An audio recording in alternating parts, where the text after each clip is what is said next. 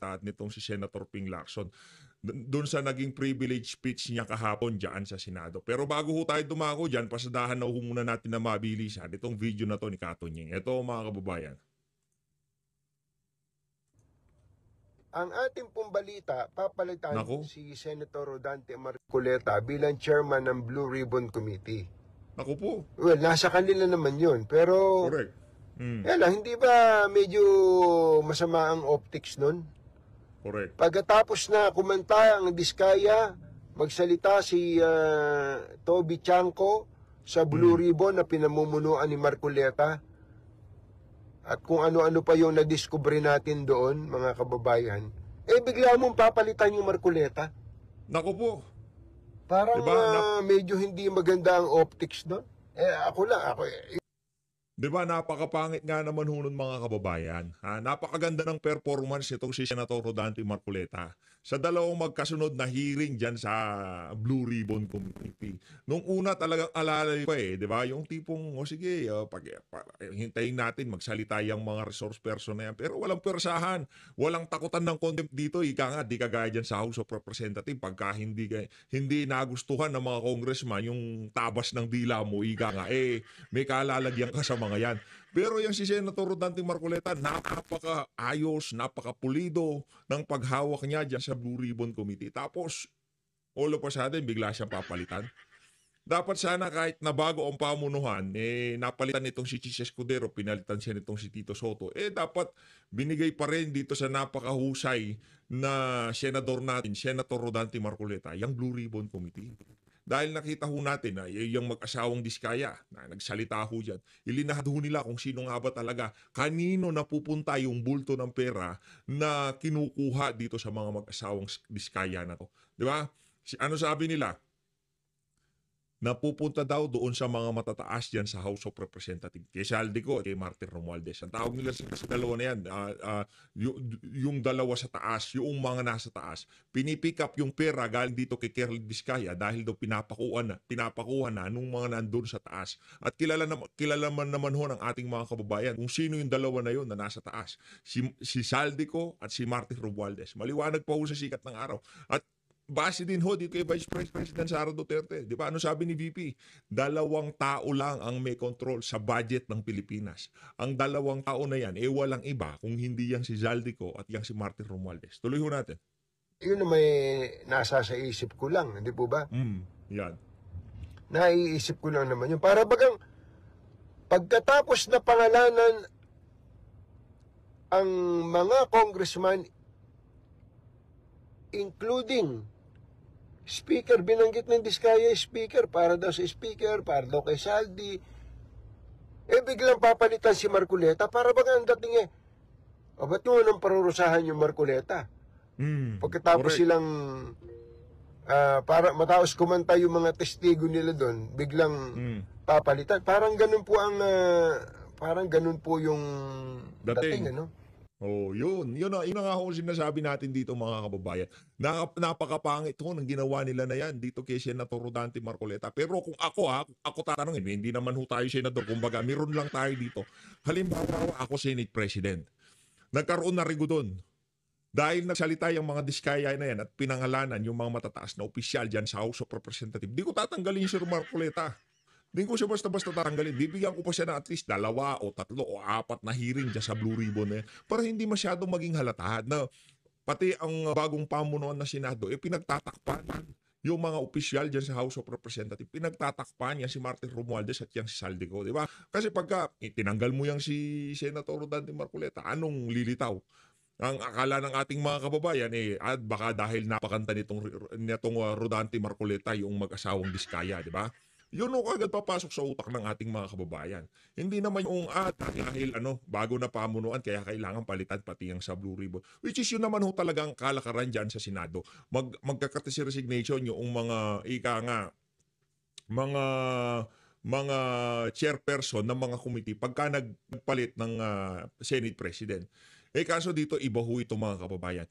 Disentimano, pagkatapos yung nagsalita naman sa kasawang Disaya, tumayo itong si Mig Zubiri. Palit itong si Chis Escudero. Kaya ngayon nagtatanong ang ating mga kababayan, ang dahilan ba ng pagkakatanggal nitong si Chis dahil nagsalita itong dalawang mag-asawang Diskaya na to at pinangalanan itong si Zaldico at itong si Speaker Martin Romualdez. Kayo na hubala mag-isip dyan, ika nga. Ewan ko lang, naisip ko lang din naman yun. Naisip ko lang naman yun, mga magulang at mga mahal na taga-subaybay. Pero Nako. nasa kanila po yun eh. Alam nyo, in fairness sa mga senador, unlike in the House of Representatives, sa Senado po, pag nagpapalitan ng mga leaders ng Senado, okay lang yan. Pinag-uusapan lang sa caucus yan eh. Sabi nga ng mga matatanda na Senate President if you have the numbers, you can take my seat, you can take my position. Usapan lalaki lang yun.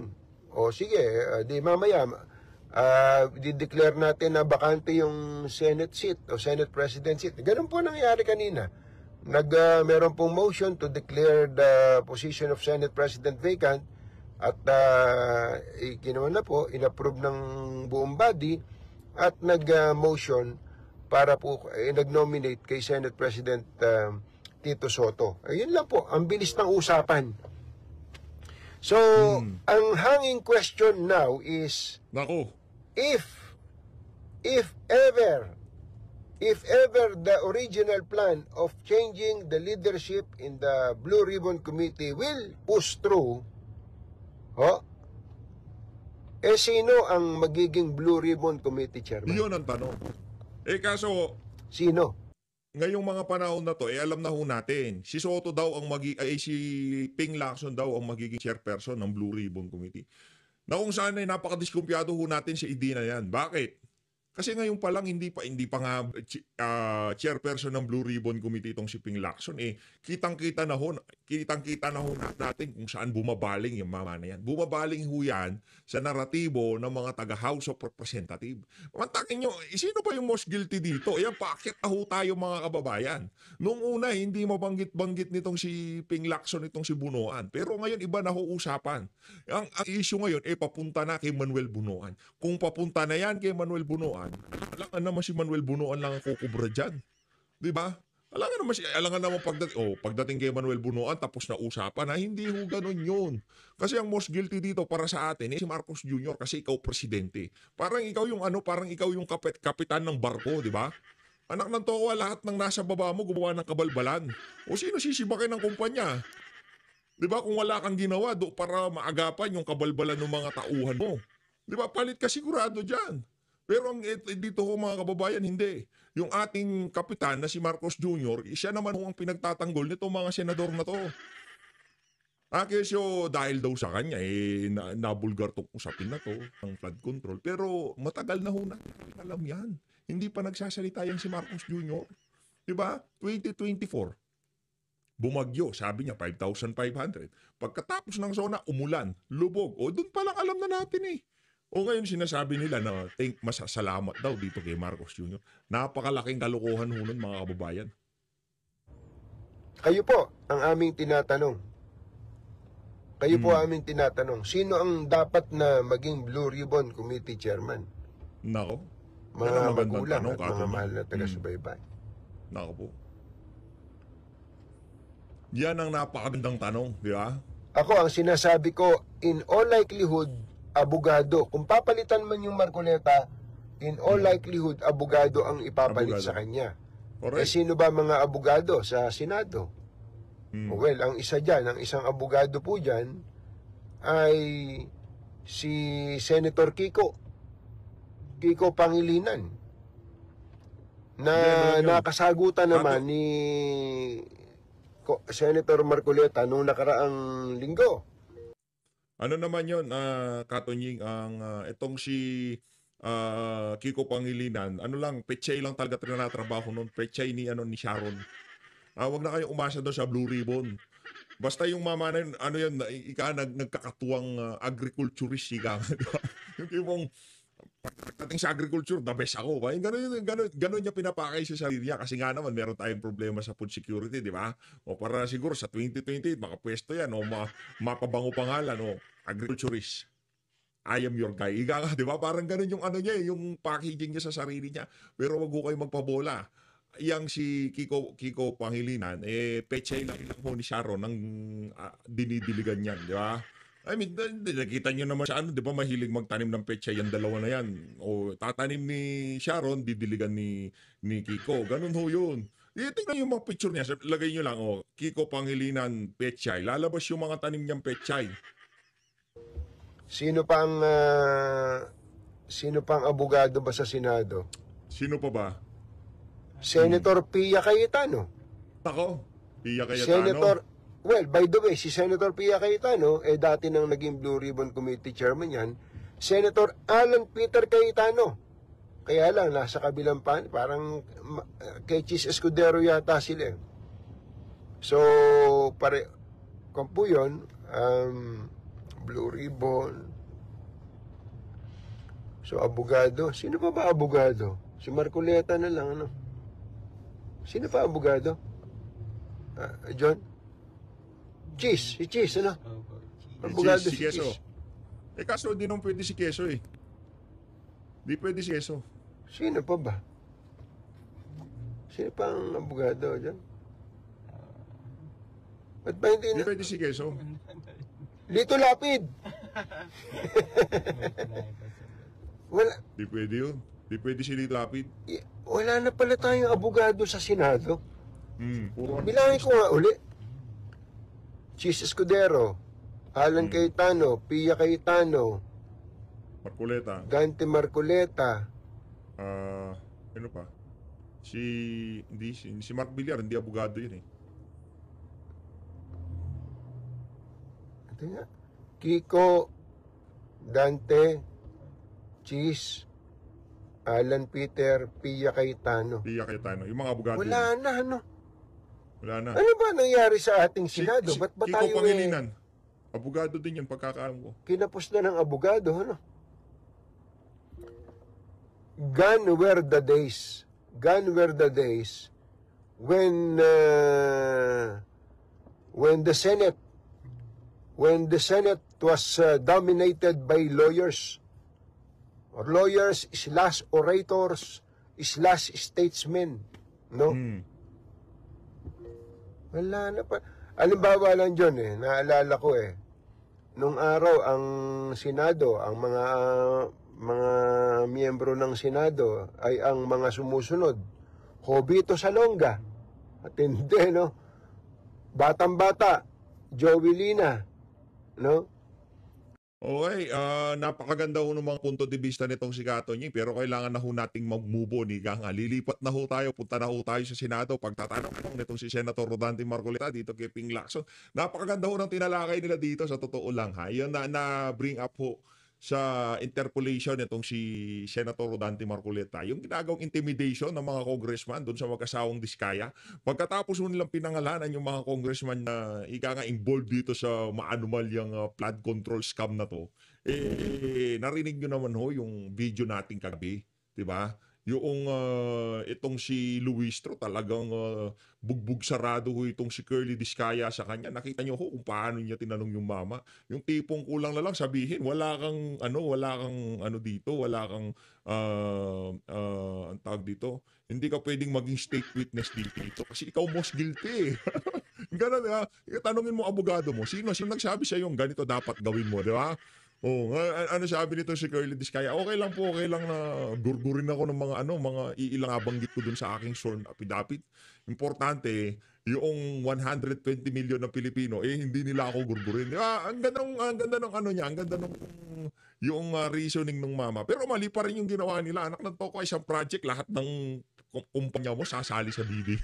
Ano yun daig pa yun hunong, daig pa hunon yung sinasabi nilang biding-bidingan di ba? Yung talaga daig pa yung scripted, daig pa pelikula. Di ba? May 9 kang kumpanya na nagbibid dyan sa flood control. Tapos lahat yun pasasali. Walang alusyon, walang ano. Iyo talaga, di ba? Yung proyekto, walang tapon sa iyo lahat. Eto, lipat na ho tayo kay Senator Rodante Marcoleta. Ayun, eto na ho. Gang. Malupit ito, malupit ito. I see that the Senator Rodante Marcoleta is seeking the floor. What is the pleasure of Senator Marcoleta? I'd like to know, Mr. President, if Yun. our good Nako. Senate President pro tempore would yield to a few questions. Willingly to the erstwhile, no, not erstwhile, still the chairman of the Committee on Public Accountability, the good senator from Tarlac and the Republic of the Philippines. You may proceed then. Maraming Senator salamat Marcoleta. po, Mr. President. Mr. President, kanina pong pag-umpisang mag-present ang ating Senate President pro tempore, ay laking pasalamat ko sapagkat Yan. nakita ko yung resulta ng kanyang personal na pag-iimbestiga. Yan. Doon po sa kauna-unahang slide, Mr. President, nakita ko po yung isang text message na galing po yata kay Yusek Catalina Cabral. Hindi ko po masyadong maintindihan. Pwede po bang pakikwento po ninyo, Mr. President, ano po ba yung pinanggalingan noon? Ang pinanggalingan po, nag-congratulate siya sa ating nakaupong Senate President. But this message was sent through the staff of our Senate President, Mr. President. Ang sinasabi doon, congratulations po, no? That was after July 1. After July 1st. proclamation or after oath-taking, Mr. President. After the oath taking, if I distinctly remember. So dahil siguradong panalo na po tayo, kayo rin po, dahil nag-oath-taking na tayo, nag-message si kagad yung Undersecretary Cabral sa kanyang staff at sinasabi, congratulations, baka mo merong ako may... Andyan po sa text message, sa Viber message, na sinasabi para ma-align do sa mga priorities at para maiwasan yung redundancy, siya nang gagawa ng paraan. Ang sabay ang sinabi na para maihabol o maisama na sa NEP. So nag-iimbita siya na magsumite kayo, parang sinasabi 500 million pesos yata, ibig sabihin ng 500 yan eh. Kasi hindi naman malinaw, pero ang sinabi, po kayo 500 for now. For now. Ibig sabihin, for now, sige, magpasok kayo mga 500 million pesos worth of projects na sa inyo manggagaling. So ito po yung sinasabi natin na isang kamalian ng budgeting or budget process. Dahil ang trabaho, mandato ng Kongreso, both houses, legislation. Yung pong NEP, nasa budget preparation phase na kung saan exclusive domain ng executive branch. Pero bakit po, dahil ganyan ang nangyayari, mismo sa DPWs na nanggagaling na magpasok na kayo rito. Hindi ho ba pakikialam yun sa mandate o sa exclusive authority ng executive branch? Salamat po sa sagot na yon, Mr. President. Ako po yung naniniwala na talagang wala namang initiative na nanggaling sa inyo at siya'y kusa niyang inialok po yung inaakala niya sigurong makakatulong o makakapagbigay ng kasiyahan sa inyo. Yun po yung akala niya. Opo. At agad pong tinanggihan ng ating Senate President. Alam ko po. Alam ko Sinabi po. niya agad sa staff niya, wag, ayoko ba't ako maglalagay dyan? Kasi po kaya ako naitanong to, Mr. President, kahapon po, ayaw pa niyang aminin na dahil sa pagtatanong ko po na sa kanya, sinabi ko bakit lumilitaw kahit anong ibigay na ceiling ng DBM, pinapalitan mo, sabi ko sa kanya. Ayaw po niyang aminin yon, wala raw po siyang kinalaman kung ang pag-uusapan ay yung paglilista. Wala raw siyang kinalaman. Ngayon po malinaw na nagsisinungaling talaga siya. Nako. Sapagkat naipakita ko po kahapon, Mr. President, lalong-lalo na po sa flood control projects, yun pong mga insertions, aminin man ya't hindi, ngayon po inapatunayan na natin, ay talagang siya po talaga yung gumagawa. Dahil siya po yung Undersecretary ng Planning Services. At lalong-lalo na po doon sa tinatawag na FAPs. Ito po yung Foreign Assisted Projects. Yun po malinaw na malinaw. Ipinakita ko po, Mr. President, yung sulat ng DBM noong July 2023 na kung saan sinabi mismo sa kanya, please adhere strictly dun sa mga ceilings na binibigay namin sa inyo. Dahil napansin po ng DBM, magmula po noong 2022, 2023, pinapalitan po niya hanggang sa 2024. Ayaw po niyang aminin na siya po ang may kinalaman nun. Ngayon ko lang napatunayan, salamat Senate President Pro Tempore na ngayon ay malinaw na malinaw, hindi na niya pwedeng sabihin at hindi na siya pwedeng magsinungaling na wala siyang kinalaman dito. Ang totoo pa po nito, Mr. President. Ito na ho mga kabayan, ito na yung kumbaga, ito na yung punto na kung saan nagkakabistuhan na kahit anong tago, anong palusot ng mga resource person na dumadalo dyan sa pagdinig ng Blue Ribbon. Ito na ho yung mga ebidensya. Nagka-align na ho lahat. Ha? Pero yung problema natin dito, yung talagang sa dyan sa House of Representatives, yung panggagank nila doon sa mga resource person na dumalo, kagaya dito sa mga asawang Diskaya, di ba? Dito kay Curly Diskaya. Nakita nyo naman ho mga kababayan kung paano tanongin ni Luistro. Dapat sana hindi ganun eh. Dapat, sige sir, ano pa ho yung nalalaman nyo, ilabas nyo lahat yan. Wala ho kayo dapat itatago. Pero ang dating, parang ang dating tinatakot, alam nyo ba, ano kayo dyan? Plunder kayo dyan, grab kayo dyan, walang bail yan. Habang buhay mo na pagkakaroon. Di nyo na makakasama yung mga anak. Ano naman to? Ano ba yan? Tinatakot nyo ba sila o talagang gusto nyo malaman ng buong katotohanan? Nalalabuan lang ho tayo sa style ng mga mga congressman dyan sa House of Representatives. President, ang dami pong gustong tumestigo na meron po siyang 10 paboritong contractors na siguro sa mga susunod na panahon, kung sino man po yung hahawak ng Blue Ribbon Committee, isa po sigurong mabuting direksyon na ituntunin ito. Nako. At marami rin pong palagian na pumupunta sa kanyang opisina na mga politiko. Gusto ko pong pasalamatan ng ating Senate President Pro Tempore sapagkat mukhang yun pong mga kawani o mga opisyalis ng DPWH na matutuntun na natin at alam ko po na talagang tatagos ito hanggang sa former Secretary ng Department of Public Works.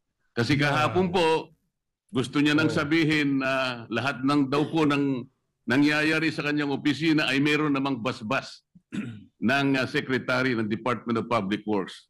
Ngunit ang gusto ko pong tuntunin, Mr. President, kung nakita na po natin unti-unti at saan papunta at sinong may kasalanan sa Department of Public Works, at nailitaw na rin po sa pagsusuri at sa personal na pag-iimbestiga ng ating colleague, ang mga contractors na talagang, kung pagsasamahin po natin mga contractors na ito at saka yung mga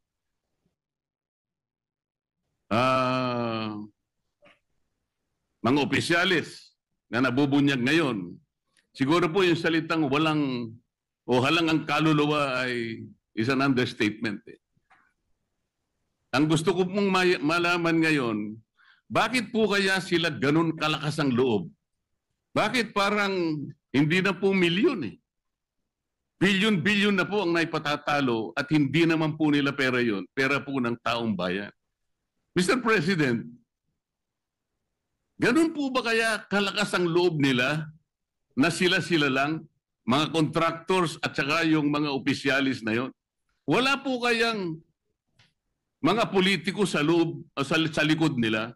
Sana po matukoy yung tunay na mga proponents para po yung walang kasalanan ay hindi po nadadamay. Mahirap po na magbanggit sila ng pangalan. Dahil ito pong nagbabanggit ng pangalan ngayon ay galing lang sa amin kahapon at napatunayan ngayon na bilyon-bilyon ang ginagasta at magdadamay siya. Nako, yari. Yan na nga ba sinasabi natin? Para dito kay Bryce Hernandez. yung grupong sinasalihan mo diyan sa House of Representatives, ika nga mga bad influence yan. Kung ako sa'yo, kung kakanta ka rin lang naman, punta na sa Blue Ribbon Committee kasi wala nang kredibilidad yung mga ano na yan, yung mga congressman na yan, kahit hindi dito sa issue ng flood control, doon lang ho sa issue ng TWADCOM, kung paano nila binaboy itong si Vice President Sara Duterte. Nakita na sa bayan ng Pilipino na hindi mapagkakatiwalaan yung mga congressman na yan. Tapos, itong si Bryce Hernandez, sa bagay, di ba? Ano nga naman pala siya? Baka kung ano-anong pinangako, ano yung magkano pinanalo mo dyan sa casino, magkano yung manalonder yung money, magkano yung nalinis yung pera sa casino, magkano? 500 million? Kalahating bilyon o gagawin natin 1 bilyon yan lang. Idamay mo lang yung mga dapat na maidamay dyan sa Senado, di ba? I-divert mo lang yung attention mula sa House of Representatives papunta sa Senado. Bibigyan ka pa namin ng panibagong 500 milyong piso, kalahating bilyon para ipatalo sa Soler. Diyan saan pa ba? Diyan sa mga kasino sa Pampanga, di ba? Baka ganun ang pinangako sa kanya. Siyempre, adik na sa sugal yan. Kayo ba naman? Sa bagay, yung pala mga kasino sa kanila, hindi naman ho para mag-enjoy. Ang use ng kasino sa kanila para linisin yung mga maduduming pera nila na galing pamahalaan. Di ba? Yun ang talaga, real talk. Ano ang talk? DPWH, District Engineer, lamesa nyo, puno ng pera. Anong gagawin nyo sa pera? Wala ba kayong sweldo? Bilyon. Kahit bilangin nyo yung mga kababayan, kada isang bundle nun, 1 milyon. Kahit kada isang bundle, ganito lang karami ho yun. 1 milyon, ganito lang karami yun.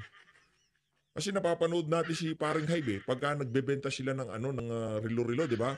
Magbibilangan ng pera yan. Makita mo 1 milyon, ganito lang. Yung pera ho nila, 1 buong lamesa. Nakantaw ka, paano ka nagkapera ng ganong karami? Di ba, district engineer ka lang. Yung salary grade mo, hindi akma doon sa perang nasa lamesang yun. At hindi ho sa DPWH office o sa District Engineering Office ng Bulacan kinukuha nitong mga kontraktor na to yung pera. Alam ko, kinukuha ko yan sa land bank. Merong cheque, kung sino man mag-i-issue ng cheque, tapos kukunin nila doon, pero hindi sa sa opisina ng DPWH. Di ba? O ngayon, ang tanong ho dito mga kababayan, ang punto natin dito simple lang. Kung itong mama na to, sinasabi niya, itong si Senator Jingoy Estrada tsaka si Senator Joel Villanueva, ang tawag dito, involved talaga dito sa na to, mga maanumalyang flood control project. Labas ka ng matibay-tibay na ebidensya. Yung kagaya dito kay Kirli Diskaya, meron siyang walang paper trail, pero yung kasing kumpanya nila, parang ang dating, yung dating sa akin yung pagkakaintindi ko, trinatrack nila yung kanilang mga expenses, yung mga lumalabas at pumapasok na pera. Meron silang ledger kung tawagin, di ba? Nandun lahat ng mga lumalabas at pumapasok na pera. Kung meron kang ganon, at meron kang, yung kasi mga picture, walang kwenta dyan, makita natin yung mga picture, nakasama si Jinggoy, merong birthday party, magkakasama, picture, marami ho yan. Baka hanap lang kayo, pati yung si Marcos Jr., kasama nila, di ba? Marami hong mga picture na yan. Hindi ho hindi ho basihan yan na may kasalanan yung tao, walang kasalanan yung tao. Pangit lang tignan. Siyempre, dahil nga naman sa mga naunang issue sa ating bansa, pagka merong picture kaagad, sasabihin lang, ay naku, magkakilala talaga. Naku, yari tayo dyan, talagang ika nga, involved yan sa isa't isa. Pero wag ko kayo magpabola, ika nga, yan. Diversionary tactics doon sa sinabi ng mag-asawang Diskaya kahapon diyan sa Blue Ribbon Committee. Sana sa susunod na hearing ng Blue Ribbon hindi ka yung tuloy-tuloy yung naumpisahan ng pamunuan nitong si Senator Rodante Marcoleta. Tuloy natin. At meron pong nag-text sa akin sa pamagitan ng emissary ng abogado ng Diskaya, Mr. President. Meron po palang isang congressman, kanina pong nag-hearing sila, nakausap yung abogado ng Diskaya. Kailangan, meron kayong matukoy na senador sapagkat makokontempt kayo. Nasa akin po yung text message, Mr. President. Sa makatwid, gusto lang nilang magpangalan. Hindi po mabuti yun. Kailangan po, sa tulong na rin po ni Senator Lacson, total, naumpisahan na yung mga contractors, naumpisahan na itong mga kawani at opisyalis ng DPWH na talagang kandidato na po talaga sa impyerno. Matukoy po talaga kung... Bihira talaga doon. Hindi, sa ginawa nilang pagnanakaw sa kaban ng sambayanan. madami-daming ama namin at nubina at rosaryo gagawin ng mga to eh, di ba? Mantakin nyo, nakikita nyo, naaatim nyo. Di ba? Alam nga naman magpunta kayo dyan sa mga kasino sa Makati o kung saan man kayo nagkakasino, di ba? Makita nyo yung mga lubog na lugar, makita nyo sa balita. Ha? Itong si Bryce Hernandez, makita mo sa balita, binuksan mo yung cellphone mo. At 30 minutes na ulan, lubog. Lubog yung Quezon City, lampas tao. Makita mo yon. Tapos alam mo, yung perang pinangsusugal mo sa casino, dapat mapunta doon sa flood mitigation project na dapat sana hindi nakalubog yung mga lugar na yun. Nakalubog dahil ninakaw nyo nga, di ba? At naniniwala tayo, hindi naman siguro lahat ng pera ay napunta dito sa mga district engineer na to. Karamihan dyan, mas maniwala kayo sa hindi napunta sa mga congressman. Di ba? Napunta sa mga congressman. Ay, nag-text na kay Senator Rodante Marcoleta. Intimidation na naman yan. Pagka wala kayong naiturong senador, makukontempt kayo. Ano yun? Di ba? Yan ang sinasabi natin. Lokohan ang nangyayari sa House of Representatives. Kaya kung ikaw witness, napapanood mo tong video na to, kung pipili ka na rin lamang ng lugar para kumanta dahil meron kang problema dyan sa flood control na yan, makipag-ugnayan kayo sa Blue Ribbon Committee sa Senado. Kahit na sino humawak, bakit tayo kumpiyansa? Kasi alam natin yung ilang mga senador dyan, matitino naman yung kaisipan. Hindi kagaya ng mga taga-House of Representatives, pera-pera lang talaga, di ba? Kung sino-sino po yung palaging kausap ni Yusek Cabral na sila po yung sindikato dito. Para po yung walang kasalanan ay huwag pong madamay. Maraming salamat po, Mr. President. Salamat po, Your Honor. Yeah, maraming salamat po rin sa ating distinguished gentleman from Tarlac and the Republic of the Philippines. Sana Senator Ping Lacson masusugan yung ginawang kasigasigan nitong si Senator Rodante Marcoleta diyan sa Blue Ribbon. Umaasa tayo. Hindi naman ika nga napalitan na. Sana naman yung flow naman kasi ng hearing sa bagay kung depende yan sa pamunuan nasa majority kasi nagkukokus yan kung paano itatakbuhin ng hearing, aakyat ba yan papuntang Malacanang o hanggang House of Representatives o hanggang DPWH lang yan, nasa caucus yan na pag-uusapan dito si Soto o Lacson. Tandaan mo yung hearing mo hindi ka dapat lumampas dyan sa DPWH at kung babaling ka ng konti sa House hindi ka pwede